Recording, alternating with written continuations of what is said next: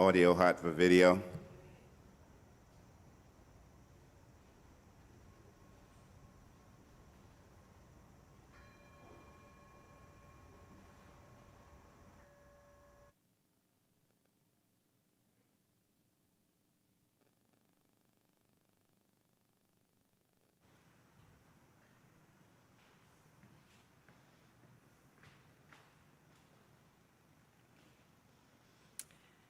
On this beautiful morning, we light this chalice to honor the sacred beauty and intrinsic worth of all creation.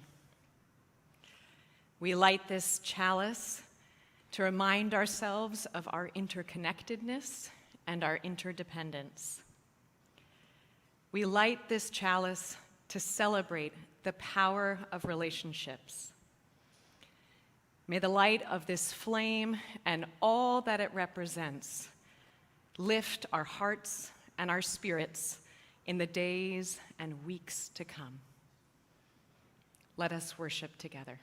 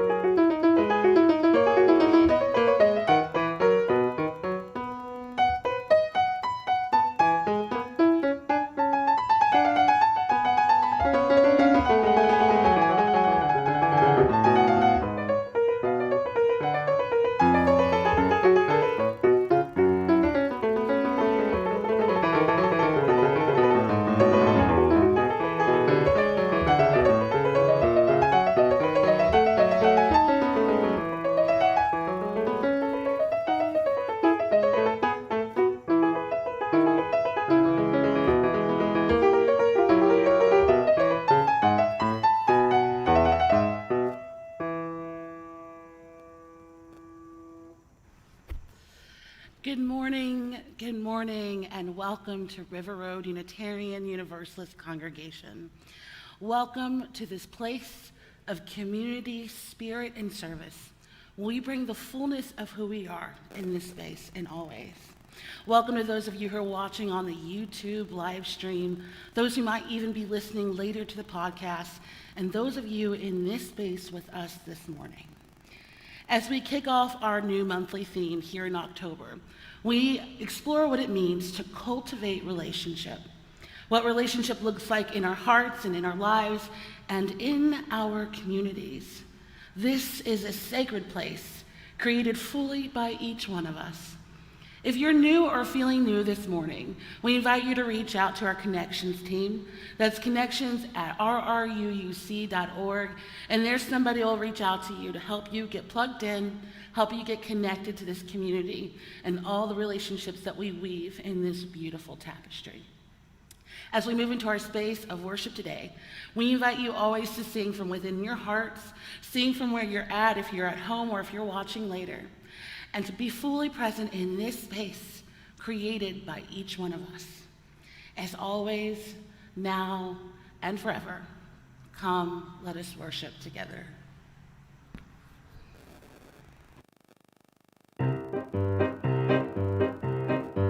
Evenu shalom alechem, Evenu shalom alechem, Evenu shalom alechem, Evenu shalom, shalom, shalom alechem, Evenu shalom alechem, Evenu shalom alechem, Evenu shalom alechem, Evenu shalom, shalom, shalom alechem.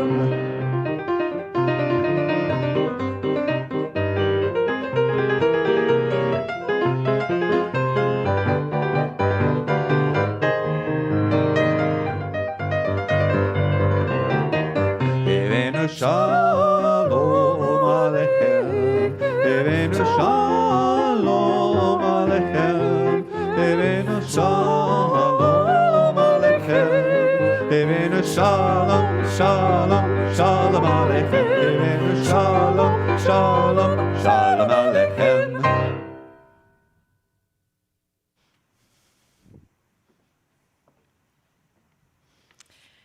Good morning, River Road, both here in the sanctuary and those of you at home watching this on YouTube. My name is Kirsten Lodel, and I'm honored to be serving as your intern minister this year. I have been told that before my time, this next portion of our service was called A Time for All Ages. In preparing for this congregational year, our worship team got together and thought, what might we call a story that has such clarity of meaning and such power of message that it resonates no matter our age or stage of life?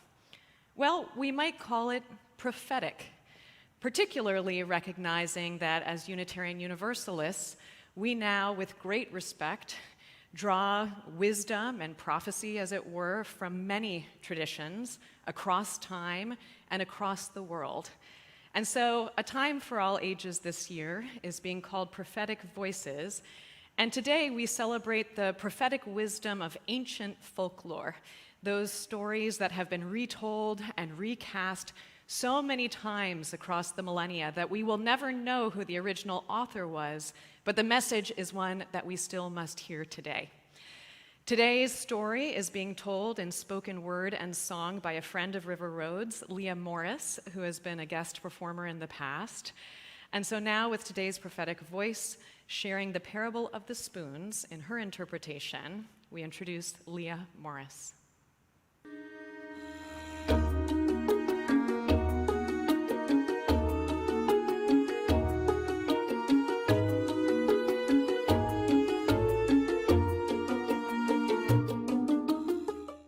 Let me tell you the parable of the spoons.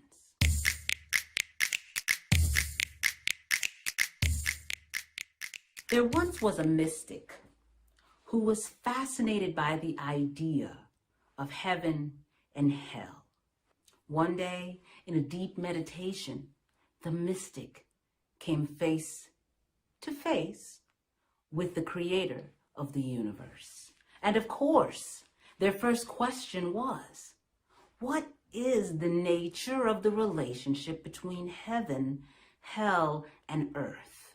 And the creator of the universe clapped its cosmic hands, and immediately the two were in a room. In the center of this room, there was a round table, and in the center of that table, there was a roaring fire.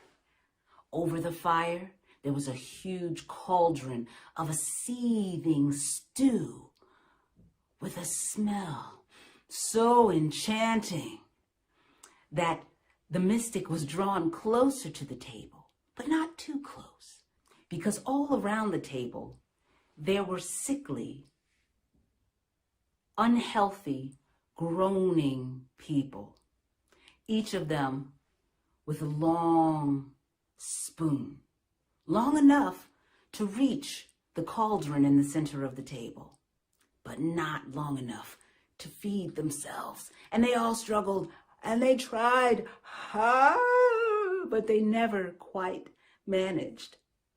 The mystic didn't need to ponder long to understand that this was hell.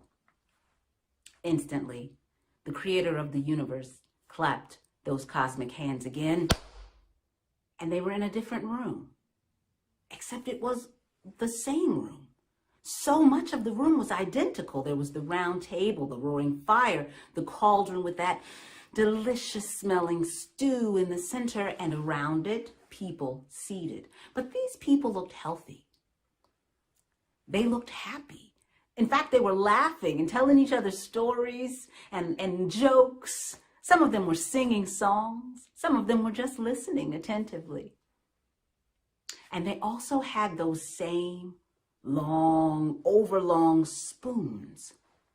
But as they dipped out of the stew, they didn't trouble themselves trying to make that long spoon reach back to their mouths.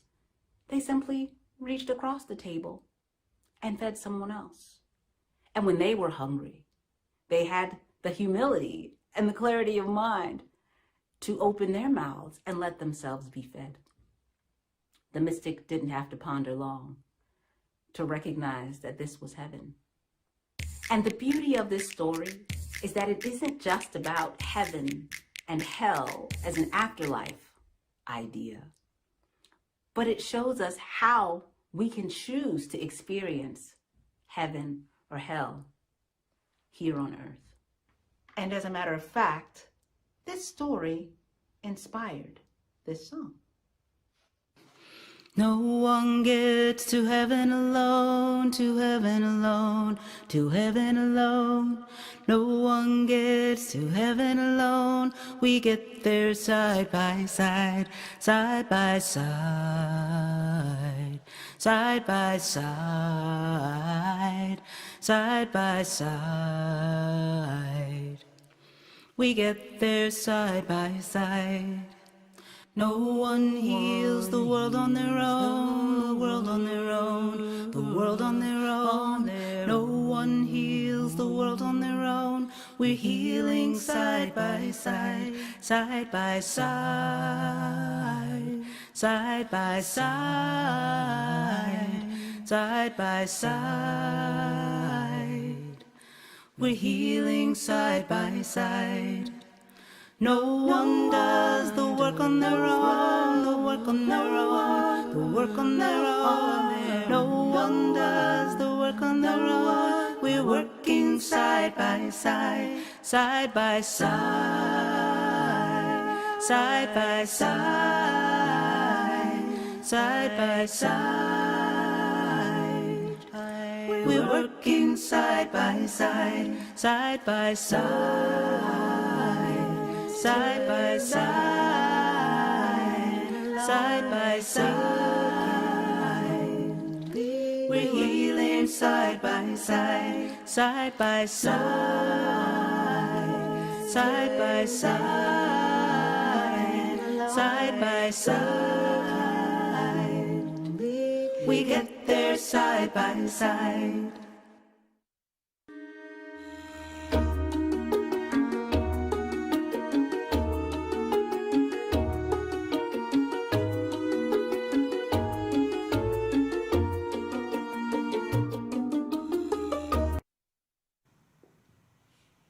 Leah, such a gift to us, such a gift to the world.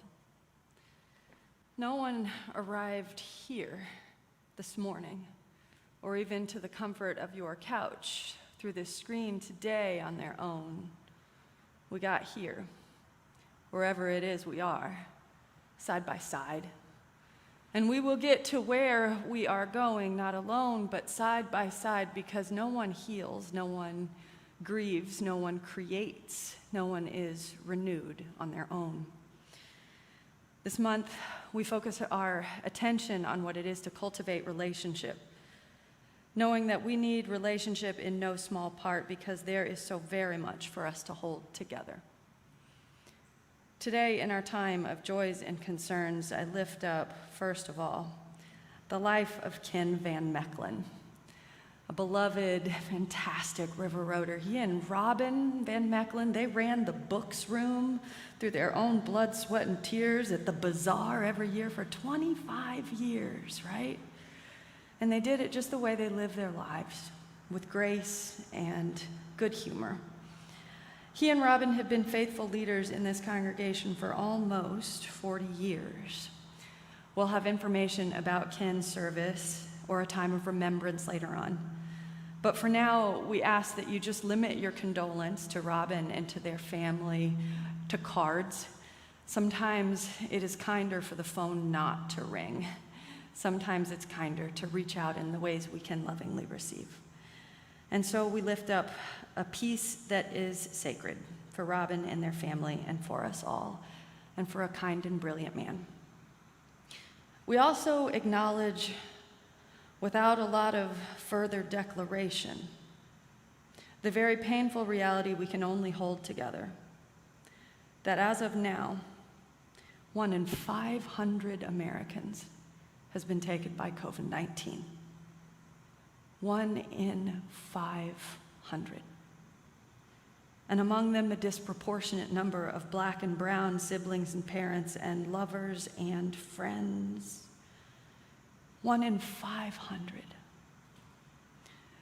No candle can burn bright enough, and no darkness can be complete enough to capture the depth of that loss.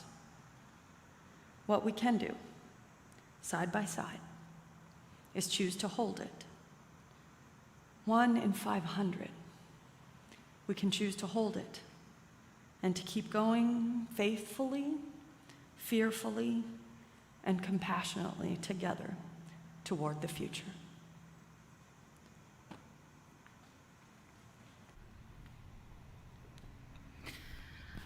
I now invite you into a place and a space of centeredness, of presence, of meditation, and of prayer.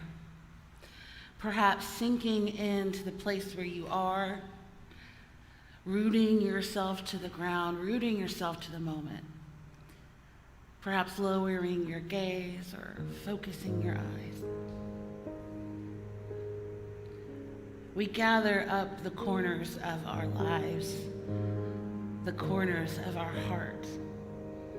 We weave them together to create this wonderful tapestry. And as we gather up those edges and those corners and those sides, we are creating a container. A container created by each one of us in this space, from where we're at. In this container, we hold one another. We gather our hearts, we gather our spirits. We rely on each other. And in that, we call in the spirit of life, the spirit of love, the spirit of hard things, the spirit of just making it through, the spirit of imperfection, the spirit of relationship. We come as imperfect people in an even more imperfect world, but we gather still. We gather up those corners of our hearts and of our lives, and we lift them to those around us, perhaps those closest to us who are struggling, perhaps ourselves in the midst of our storms and our battles. We lift up our hearts to the countless number of people who we will never know, battles we will never know, but yet their struggles, their battles, their stories, they exist in this world too. Our hearts aren't big enough to tackle every issue of every person, but together we weave a tapestry that can hold it all. We call forth a spirit of life that moves us closer to one another, closer to ourselves. And in this time ahead of us, for the next few moments, for the next few minutes, we get to rest in that love. So may we gather ourselves in our presence. May we be blanketed and protected by that spirit of life and love. And may we move forward together, cultivating, building, growing, learning, loving, and simply being. May it always be so. Ashe, and blessed be.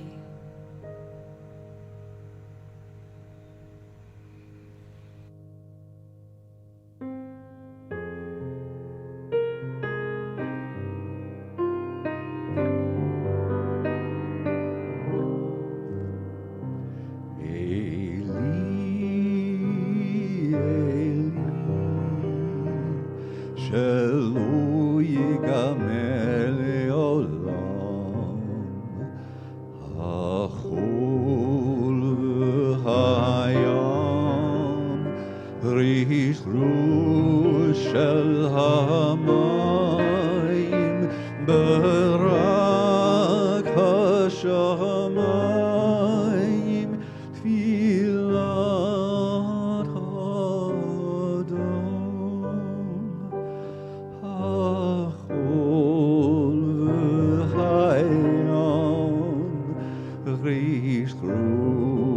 של המים, ברק השמיים, תהילת האדון.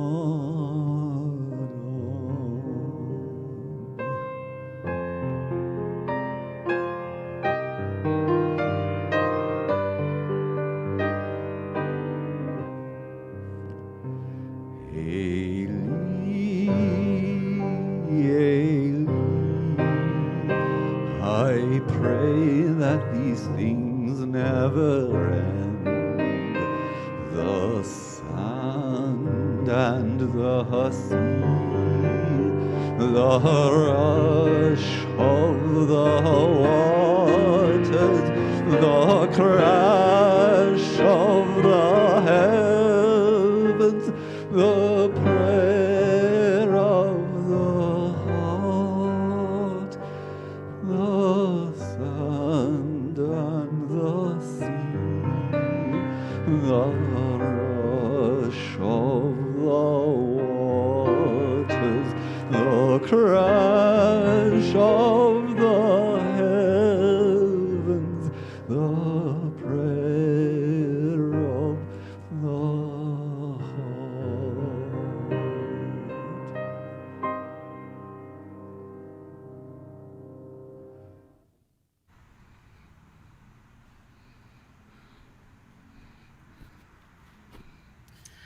One of the ways in which we cultivate relationships here at River Road is through our generosity.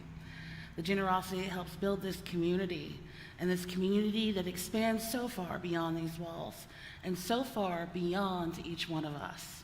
To learn more about what giving means here at River Road, you can always go onto our website, on our giving page, learn more about what it means to build this community through our dollars, through our presence, and through our generosity. For today, there are so many ways to give. As you know, you can pop online in the same location, and you can even give directly there. You can learn about what it means to give by mailing a check into the building or giving online on a monthly basis. You can also text to give. That number is scrolling across the screen right now. It's 73256. Be sure to add RRUUC in the amount. And you can text to give at any time. However you give, whenever you give, and wherever you give, we build this beloved community that extends so far beyond this space for those who are to come, those who have come before us. We cultivate that relationship in this space, and the ripples go far beyond. As the music plays, please give as you are willing and able.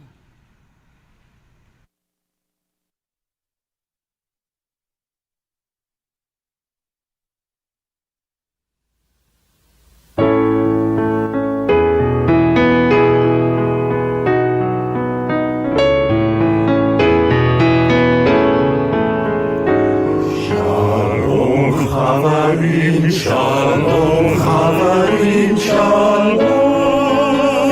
Shalom, Lahitраot, Lahitраot, Shalom, Shalom.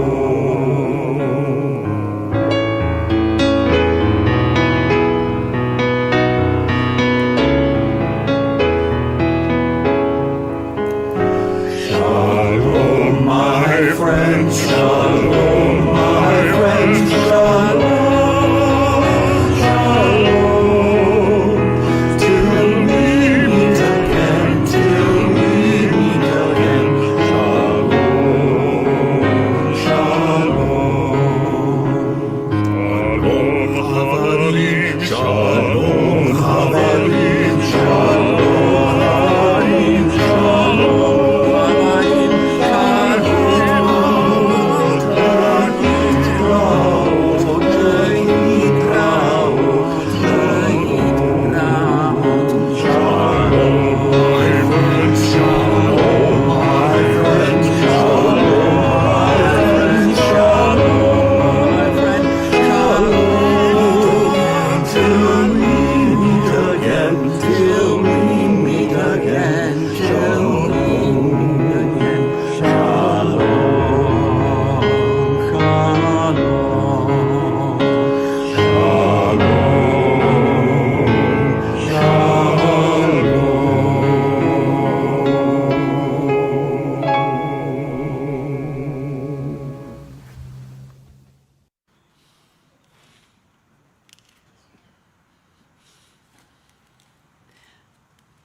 So the whole story that I have to tell today, it's laid out in the first 2 verses. It's like a novel that gives away the ending at the very start and just winds its way back through time, filling in the details until we get where we knew we were going all along.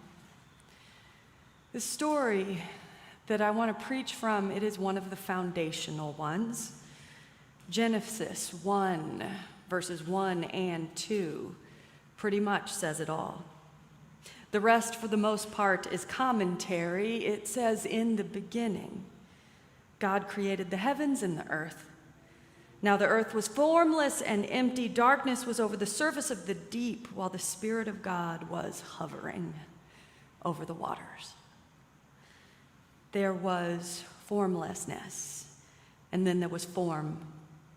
There was nothing but potential, and then there were all created things. And through it all, the entire creation narrative in the Hebrew text, there is only one agent of all this being. There is only one object, one doer of things. All else, the chaos, the deep, the earth, and the mountains, and the creatures, all things bright and beautiful, and the rib bones of the first people, all other things, they simply respond. Let there be light. And there was light. Let there be birds of the air and fish of the sea and every kind of living thing, and it was so. Let there be great things and small things, bright days and long nights, the endless chasing of the sun and the moon. Let there be tides and rains and lions and their prey and the bacteria that live in the bellies of them both, making life from life over and over again. Once Yahweh, the unmoved mover, simply declared it was time to start. Genesis 1. It reads like the story of a cosmic gardener acting as the sole agent upon the soil of the cosmos before the beginning. Creation did not know or think or reflect upon itself.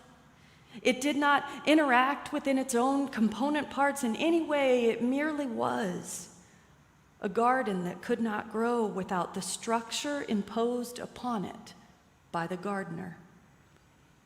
You can call that structure imposed upon the formless chaos. You can call it what you will, the laws of physics, thermodynamics, the evolutionary wonder of competition and scarcity. The text just calls it God's word or God's will. In this story, the gardener forms all things, including you, including me, including everything we love and everything we grieve, out of the clay held in her own hands. And in this way, the act of creation in this story, it is an act of cultivation, of planting, of setting out orderly rows where things make sense, where formerly there was only chaos, dropping seeds of possibility into the only places where those seeds could possibly grow. And perhaps you know how the story ends, just as the rest of the story and all of our stories are beginning at the end of the 6th day, when the gardener is quite ready for a much-deserved Sabbath nap. The text declares God saw everything he had made, and indeed it was very good. And there was evening, and there was morning, and there was rest. It was very good, says the text. God saw God's whole garden, the literal fruits of God's own labors spread out like a picture postcard below them. God sighed a contented sigh and said, "It is very good," before taking the rest we all deserve after we do hard things. Do you know that feeling? Perhaps you literally are a gardener. I actually wonder if Joe Salunas and all of the people who work on the grounds here at River Road, I wonder if sometimes when you look at the earth that you tend with your own hands, it feels a little that way. To look at something you've planted and created and tended and shaped with the sun shining down on all of it and think, it is very good. It is very good indeed. Maybe you've experienced the great satisfaction of this goodness of what you have done in other ways. The casserole, right, that comes bubbling right out of the oven with the surface of that cheese just perfectly crispy on top. Have you ever looked at that and thought, I did that? And it is very good. The moment you happen to casually intercept before it passes, when your child gets caught being kind in a way you always hoped they could be, have you ever paused in that moment and said, it is good. It is very good. When you hit send on the last email of the project you have been laboring over for 2 years, as the story goes on from there, we have these moments when we notice for once that what we have done is good and complete and whole, and it is good, it is very good. And if we are lucky, then there is morning and there is evening and there is rest. Sometimes I think about the great lure of my desire to accomplish something for myself, by oneself, to do anything to the point of completeness, even something small, occasionally something big. The lure that perhaps we all feel to chase a thing well done. A way in which I or you or any of us can exert our own personal agency to make something very good in this world. And sometimes I think about the text of Genesis 1 in exactly this way. In this text, God is an individual, powerful being. The only actor in the story, the only agent of change, the one who creates. And so when God looks out at creation and says, it is very good, I read it often as if God is saying, go me. Look at what I did. I did a good thing. And if one reads it that way, it is a celebration of God's own excellence and power. God made a good thing, so God is a good God. It is the recognition of an individual achievement to beat all other individual achievements. It is God's cosmic self patting God's own cosmic back. Good job, champ. You cultivated the hell out of that garden. And yes, I did mean that play on words. I think about the story that way because most of Western culture thinks about the story that way, in terms of achievement and individuality and greatness, be it the greatness of God or of other powerful, usually male beings who act powerfully upon the world around them. Great job, champ. You did that thing. But a study of the context and the words of the text itself might have something more radical to say about what the cosmic gardener is really busy cultivating in Genesis 1. In a speech that I heard recently this summer, the theologian and activist Lisa Sharon Harper, she reminded me that the Hebrew words that the phrase is translated as very good, the Hebrew words of that phrase in Genesis are tov meod. Tov is predictably the Hebrew word for good. That's clear enough, that's obvious, but the radical shift and the really fun stuff, it comes when we realize that tov, as a concept, good or goodness, in the Hebrew conception of the world, it did not refer only to the goodness of the object itself, a good cheeseburger or a good dog or a good creation or a good God, etc. Instead, tov, goodness, refers not to just the thing itself, but to the interrelationship of everything and everything else around it. As Lisa Sharon Harper put it, the word tov refers to the ties between things. In the Hebrew conception of the world, all of creation is interconnected. The well-being of the whole depends on the well-being of each individual part, and in this way, the Hebrew people understood goodness to be located not in things or in beings or in individuals, but in between things. Goodness is located in between things.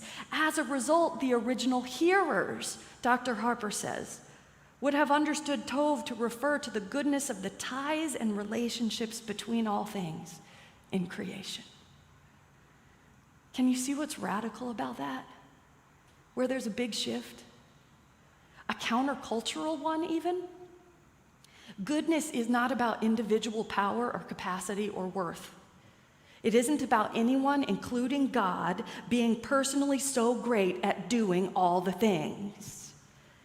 It is not a big old pat on the back to the one who did the work of creating. Instead, what is very good is the relationship between things, which means that what God cultivates in Genesis is not an achievement of God's own, but a series of connections in which each soul and all things have a place. What was cultivated in the original garden of myth and history was an interrelationship, not an achievement.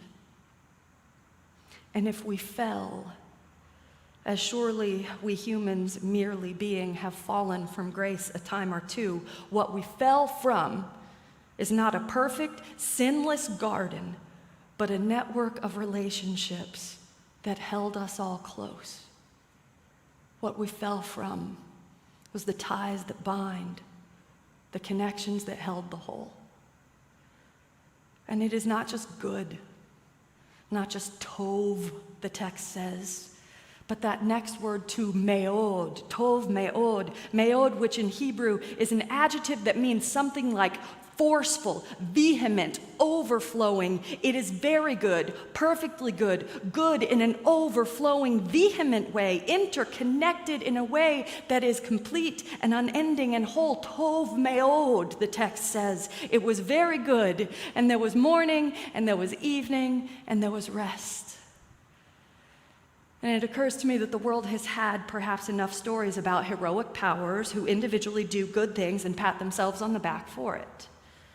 It occurs to me that the world needs more stories about what it takes to cultivate relationship instead of achievement, so that we too can know once again what it is to look out all over all the things and acknowledge that finally the ties that bind are forcefully, overwhelmingly good.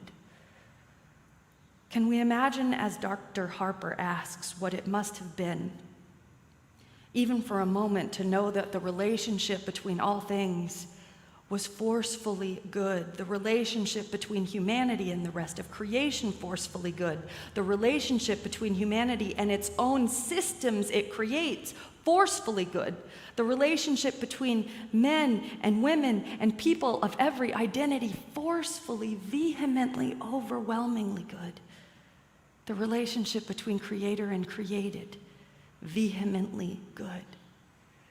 Can you imagine? The connectedness that holds us, it's a given. It's not morally good, morally bad. It has always been. What we do impacts the rest of creation, it impacts each other, it impacts the world. We know that our interconnection is there. We can't escape it. As the great novelist Anthony Doerr recently put it,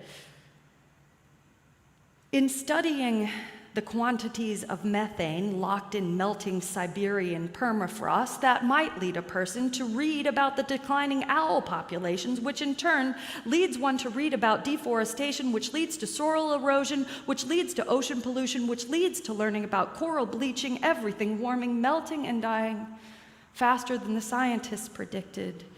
Every system on the planet connected by countless threads. As Dor puts it, cricket players from Delhi vomiting from Chinese air pollution, Indonesian peat fires pushing billions of tons of carbon into the atmosphere over California, million-acre bushfires in Australia, turning what is left of New Zealand's glaciers pink. The interconnection is a given. The question is how willing we are to reknit that interconnection into something that creates forceful goodness.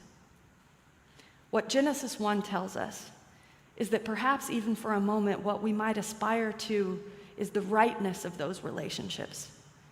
And that such rightness of relationship is in fact the Creator's ultimate achievement. The loss of it, the greatest threat to our inherently interconnected future. What we have lost, and what we must scrap our way toward finding again. What we have lost is not our innocence or our purity or our heaven. What we have lost is not someone else's imaginary Eden, but instead a forcefully good interconnection right here in the garden we are given. Forcefully good interrelationship within and among and between all things. And so, my friends, let us cultivate for one another and for this bleeding earth something so much richer and so much more beautiful than our own personal achievements. Let us cultivate relationships and pray that when we dare to look upon it, all of it, even for a minute, we too might even briefly perceive that the connections between us are indeed tov meod, very good, so that we might keep going until the next morning and the next evening and the rest that beckons at the end of the day.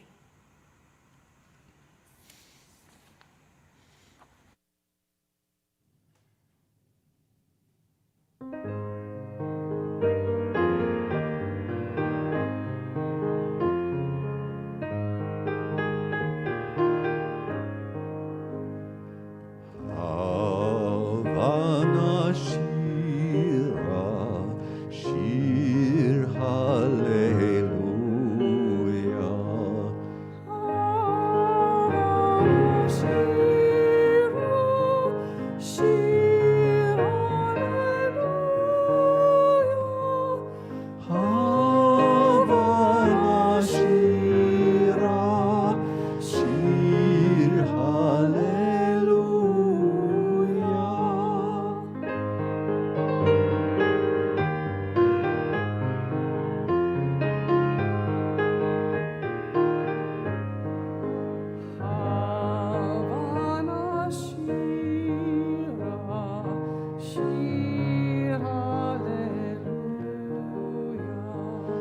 Havana Shira, Shir Hallelujah. Havana Shira,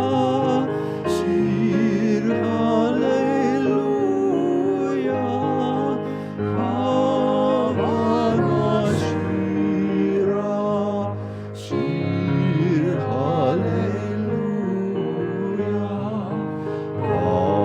Havana Shira, Shir Hallelujah. Havana Shira, Shir Hallelujah. Havana Shira, Shir Hallelujah.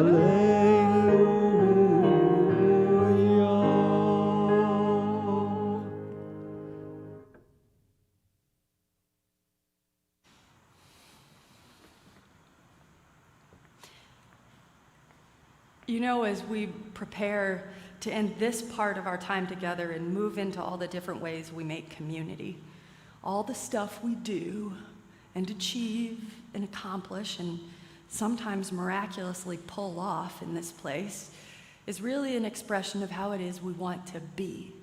in relationship with each other and with our neighbors and with the world.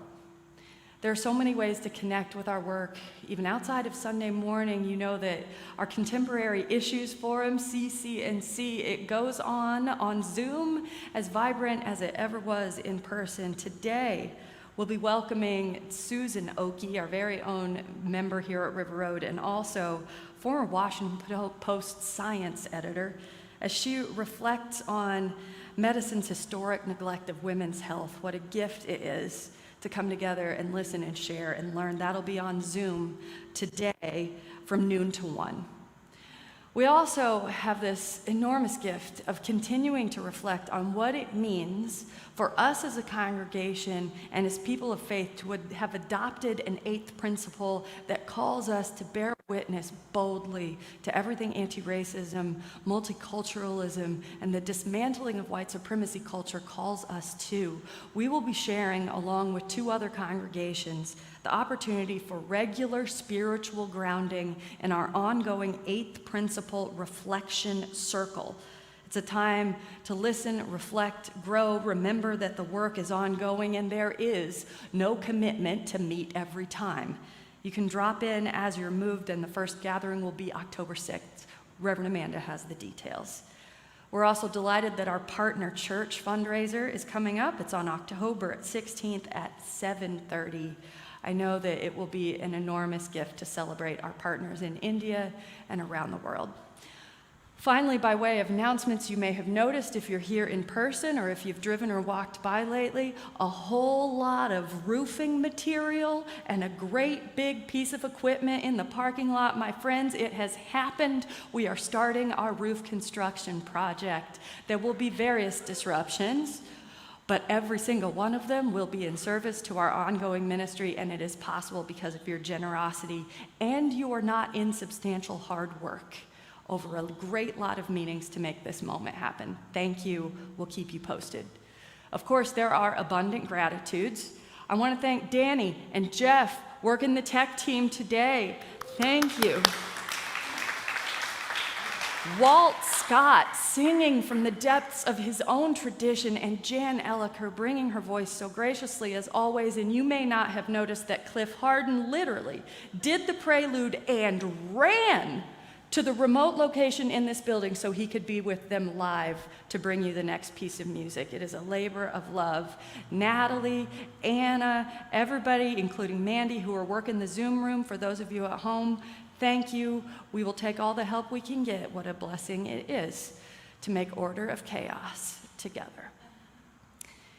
And now, I want to invite you, if you're moved, to extend your hands in a gesture of blessing. I know we can't touch each other's hands, but we can bless nonetheless in our time of benediction. And now, may the truth that makes us free, the love that casts out fear, and the hope that never dies guide us and those we love and those we do not love forward together till the day spring breaks and all the shadows flee away. Amen.